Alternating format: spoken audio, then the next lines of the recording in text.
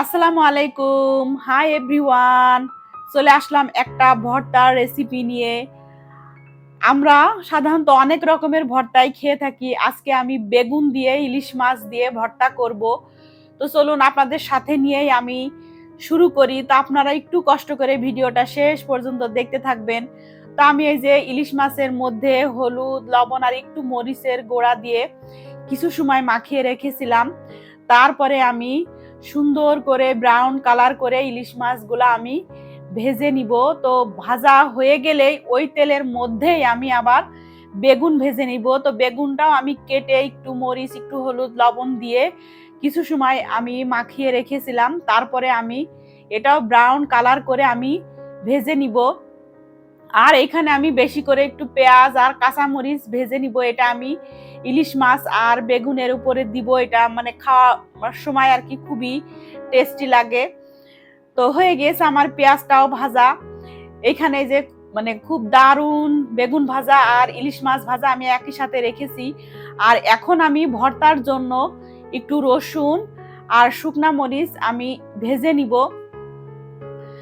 আর এটার মধ্যে যে পেঁয়াজটা আমি দিব সেটা আবার একটু ভেজে নিব, জাস্ট কাঁচা গন্ধটা যাতে না থাকে তার জন্য। তো এখানে আমি বেগুন, পেঁয়াজ আর শুকনা মরিচ ভেজে নিয়েছি। এটা আমি সাইডে রেখে দিব ঠান্ডা হওয়ার জন্য। আর এখানে আমি ডালের বড়া বানিয়ে নিব।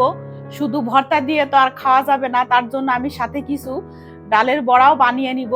তো ডালটা আমার ফ্রিজে বাটা ছিল, সেটার মধ্যে আমি একটু পেঁয়াজ, একটু কাঁচা জিরা, তারপরে একটু কাঁচা মরিচ, একটু আদা বাটা, একটু রসুন বাটা দিয়ে আমি সুন্দর করে মাখিয়ে নিব। তারপরে আমি কড়াইয়ের মধ্যে তেল দিয়ে যে এইভাবে করে প্রত্যেকটা ডালের বড়া আমি বসিয়ে দিব। তারপরে যখন নিচটা একটু হালকা একটু যখন মানে ভাজা ভাজা হবে তখন কিন্তু আমি উল্টাবো। কাঁচা অবস্থায় উল্টালে এটা কিন্তু ভেঙে যায়।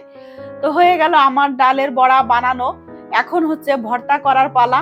তো আমি ভাজা ইলিশ মাছটা সুন্দর করে বেছে নিব, কাঁটাগুলো যাতে দাঁতে মানে না বাঁধে তার জন্য।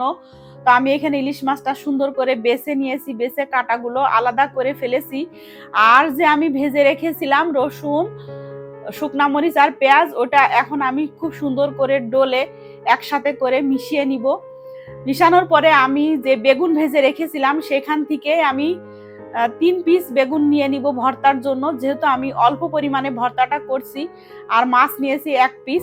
এখন আমি মানে বেগুনটা ভালো করে চটকিয়ে ওটার মধ্যে যে মাছটা বেছে রেখেছিলাম সেটা দিয়ে দিব। দিয়ে আমি সুন্দর করে একসাথে মিশিয়ে ভর্তাটা করে ফেলবো। এই যে খুব দারুণ ইয়াম্মি একটা ভর্তা আমার হয়ে গিয়েছে। সাথে ডালের বড়া ভাজা, বেগুন ভাজা, ইলিশ মাছ ভাজা, এটা আমি রেডি করেছি।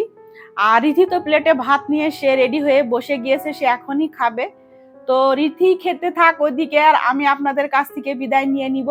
আপনারাও এইভাবে বাসায় ট্রাই করে দেখবেন, আশা করি ভালো লাগবে। আল্লাহ হাফেজ।